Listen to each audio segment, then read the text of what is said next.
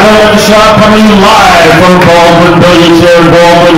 And speaking of Baldwin, everyone is pumped up for the Super Bowl. It's a unique, historic Super Bowl with Jim and John Harbaugh coaching against each other, making it extremely special and unique. And one of the Harbaughs is going to be happy, and one's going to be unhappy, but a Harbaugh will win the Super Bowl. So I thought this was a perfect week to talk about one of the elite coaching families in high school football. Some families have one, maybe two, maybe three tops coaching in football. Not this family. The Carroll family has 8 members of their family coaching football in Long Island. It's incredible. On the Baldwin staff alone, led by head coach Steve Carroll, there's 4 family members on the staff. So let's have a round of applause for Steve Carroll, four-time head coach of Baldwin. Steve, what's it like coaching so many family members on your Baldwin staff? Well, one thing, it makes it very easy because anything you do, you can trust all your family members rather than people that you don't have in your family. And Thanksgiving dinner becomes a great football X&O session. Richard, the defensive coordinator, you've been on the staff a long time. What's it like coaching with your brother over at Baldwin? It's interesting. We, like he just said, we work together very well. There are days when we have differences of opinions, but that's strictly on the defensive side. Offense, that's all him. And then, again, Thanksgiving is very interesting because we all get together and it's a big family there, and we do get to discuss, the previous season. And in this case, it was the championship game. And it's fun. It's a lot of fun. Steve, you had your son, who's a terrific quarterback at Garden City. What's it like having your son on the staff with your Baldwin? Well, it's really very unique and sort of cool to have him up top on the phone when we call our offense. One problem is he likes to debate everything with you. He wants to tell me what I'm doing wrong all the time. I said, take that for home and do what I want during the football game. And during the game, I basically want him to look at what the other team is doing. He's a football, and he's a quarterback in high school and a quarterback in college. So I was anticipating, and I was correct, that he'd be able to pick things up. And I couldn't see the field. And he's been with me for the past 2 years and he's done a wonderful job. Ron Clemens, what's it like coaching with so many family members at Baldwin? It must be a unique and fun experience to you. Yes, it is. Every single day with these guys, they brought me into the family. I married into the family, so it was a unique opportunity to coach with Stephen. He brought me in 1989, and I've been here since. And it was really nice for us 3 guys to coach my son play football. So it's 2 uncles and his father all coaching. All right. Now, before the show, I mentioned to Steve, but I'm going to spring a surprise on him. I don't want to get his reaction. And here's the surprise. You ready, Rich? Are you ready? All right. I think that the Carrolls coaching is so unique. 8 family members that, through my contacts, my ideas, we should put together a documentary movie, The Coaching Carrolls.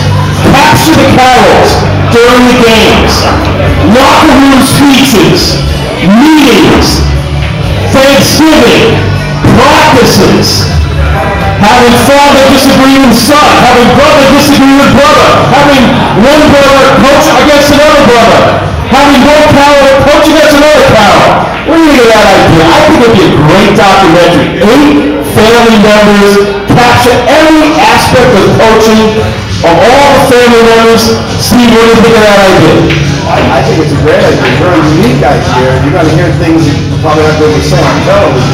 And I think all my coaches will tell you that I probably have fired them all at least 4 times in an average game. But I think it would be a very unique idea. We have a lot of members in the family that coach and do all kinds of other parts of it, filming of our team, taking pictures of our team. We have our entire family involved in all that. So it would be a very unique idea.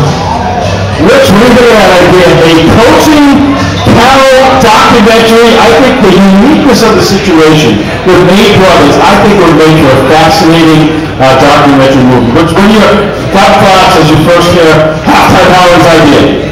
I think that I agree with my brother. That would be a great idea. And I think it would show people in our players the amount of work that goes into get each week done, for game day. The amount of work that goes into preparation, what we have to do. And also, I'll give you a little insight, when we play Hicksville, if somebody on my left here gets the official job, he does coach there, and we do play there every year, so that week's a little strange in the house. He's not allowed in my area, and I'm not allowed in his. We break tape, and we share things before that week and after, but that week, it's do not come in here unless you're paying rent. All right, Rich, look at your opinion now. What's it like when you know you have to coach against Baldwin, your father, your uncle, and all the relatives on the other sideline? What's it like for you coaching against all your relatives? It's definitely tough, because obviously growing up, I watched them all coach against Freeport, Farmingdale, and then going to camp with them, and then finally being on the other side. Oh, I'm sorry, I didn't see the camera. It's definitely interesting. It's definitely it's a tough week, but like the Harbaugh said in their documentary the other night, we're all family, we love each other, but once game time starts, we're all trying to win the game. So it was definitely interesting the first time, because the first time came down to I think an overtime victory. That was a wild one. It was for the playoffs, so a lot at stake. It was definitely intense. But I definitely enjoyed it in the end. It was upset we lost, but a lot of hugs and everything, so it was all good. Excellent. And Steve, it's such a unique situation. What was it like when your sons were at Garden City? You couldn't really go to many games, but you could get to go to some. How did during those seasons, a little bit, a lot on your mind, because obviously you want your Baldwin team to win, but you're obviously concerned about how your sons are doing at Garden City as well. Yeah, well, what happened there was, after every game, my first phone call would be to my son, or sons in that case, to see how they made out. And, I would talk about how they made out, and I would ask them all the stats, how did you play? Obviously, they won. We didn't lose any games in the 2 years they were there. But it was difficult. And the only thing that was the saving grace was at the end of the season, the playoffs were all at different times.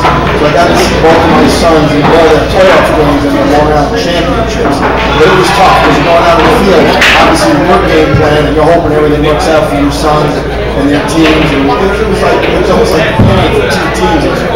So it was a good ride. It was a lot of fun. It was probably tougher in college when I went to college because I couldn't get up there. It was hard to get in touch with them after the games. But every once in a while we'd fly up and watch those games as well. But it's always in the back of your mind how they're doing and what's going on in the games. Rich, I know we just celebrated Island Trees.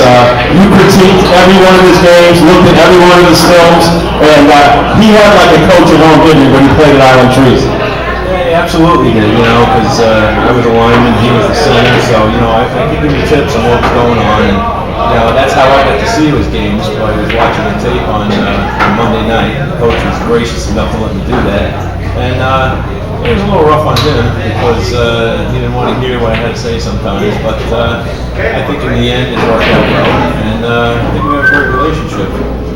What was it like for you? Was there any doubt in your mind when you were in high school, knowing your family history, was there any doubt that you would get into coaching yourself with so many relatives involved in coaching? There's definitely no doubt. I saw how much fun they have, week in and week out. I see all the players that respect them, and I wanted to follow in that suit. And right now, my 11th year coaching between Island Trees, Jericho, and now at Hicksville, I have a blast doing it, and I get the same amount of respect for my kids when they play for me week in and week out. But I do got to say though, every Monday in high school, that was getting a double dose. Getting it from Coach Daly at Island Trees, and then coming home and getting it from my father. So definitely a lot of critique, but it was definitely all worth it. Absolutely. We are a Long Beach show, and we've talked about so many devastating stories. The hurricane, and Steve Carroll is also a coach, a teacher at Baldwin, and one of the schools here in Long Island that has been devastated with a hurricane is East Rockaway High School.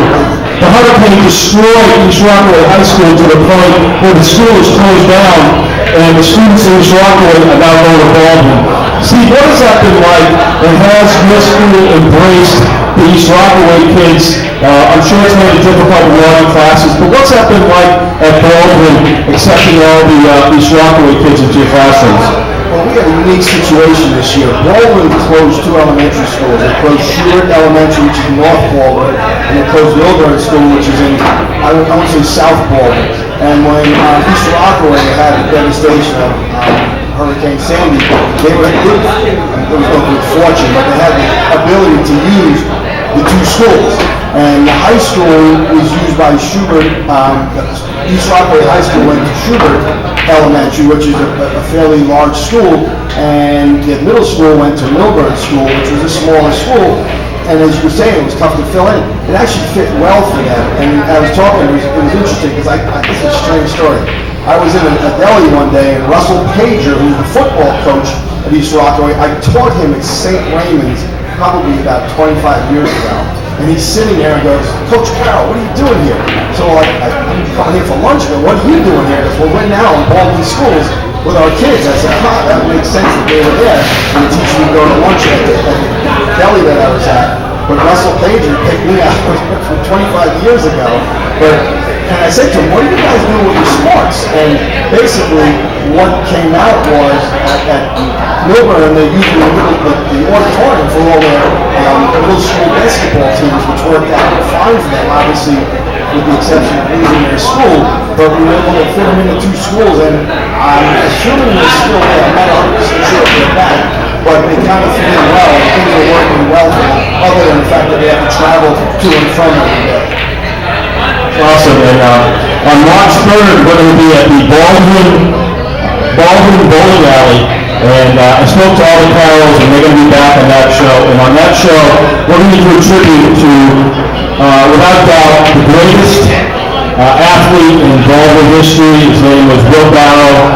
He played football and lacrosse at Baldwin, got a full ride to Virginia, All-American in lacrosse at Virginia, was drafted in the very first round in the lacrosse professional league, and shortly after he graduated, all of Long Island, especially Baldwin, was stunned when they learned that Will Barrow, I think 22, 23 years of age, committed suicide. So there was never a tribute show done back then. I don't think it was on the radio.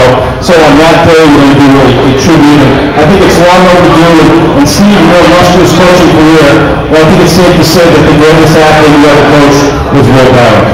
Yeah, I would say that. He was by far the fastest human being I've ever seen on a football or lacrosse field. No one could keep up with him. I mean, it looked like someone was going to tackle him and he would just take off and beat people by 30 yards into the end zone. And he did that against everybody. It wasn't like he did it against the weaker teams. He did it against the best teams. He did it in the playoffs.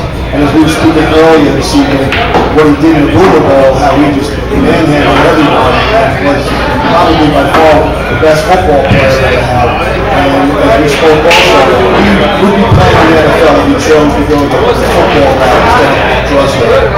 Absolutely. All right, let's give it up for the Coaching Carrolls, and we're going to do that documentary, and I think it's going to be great. Steve, I knew that surprise. I think that's going to be fantastic. Coaching Carrolls, you love that idea. I'm loving it. Especially when you beat Baldwin, right, Coach? Definitely. One of these days I got done before they all retire here. I got more time on my hands. All right. Let's give a round of applause for the Baldwin the Coaching Carrolls. And now we want to bring out Ellen Kramer with our new segment. Come on, Ellen. Good job. Good job. All right, great job. And March 3rd should be a very emotional show. We'll do a tribute to Will Barrow, and we'll talk to Vinnie Lease about that documentary. I think it's going to be great. It's going to be unique. I think it's going to set the standard, and it's something that should be done. Because how many families, think about it, have 8 members coaching in one area of the country? It's so unique. I think it'll be a great documentary. All right. One thing about our show that I think was needed to change is that nothing bad about it, but we're all guys, and I just think we need a female presence. And more importantly, I think we needed to highlight the great work the leading ladies of Long Beach accomplish day in and day out. I couldn't think of a better person to host the show, a person that is so active in the Long Beach community. She does the Mother's Watch. Today she met with Senator Schumer. She's a good person in the community. Let's give it up for Ellen Kramer! Ellen, first of all, welcome to the show. Thank you, Howie. It's great to be here. I'm pretty excited about the new project that we have going forward. Like I said, I've been in the community now for about 20 years, and it was when I became a mom that I got involved in the school district, and that's kind of how it started here in Long Beach. And then I was founder of the Long Beach Mother Center a library from there into this community. And I'm doing a lot of good things, and I think that this project's going to be pretty cool, just like the coaches just talked about, just the connections and the stories that we have within our own community, and just the group, and those women that emerge in strength and great ideas and moving things forward and just possessing a good spirit that we want to highlight. I talk with Benoit and Steve and Rocco all the time, and one of the things I felt was missing is that we've done shows in Atlantic Beach, we've done shows in the west end of Long Beach, in the east end of Long Beach, we've done Island Park, we've done Lido, but we've never done Point Lookout. And it's kind of like something I feel we must do. And Ellen, you have a great connection to Point Lookout. Talk about your position at Point Lookout that you're involved in, because it's a great position. It's great that you're involved in.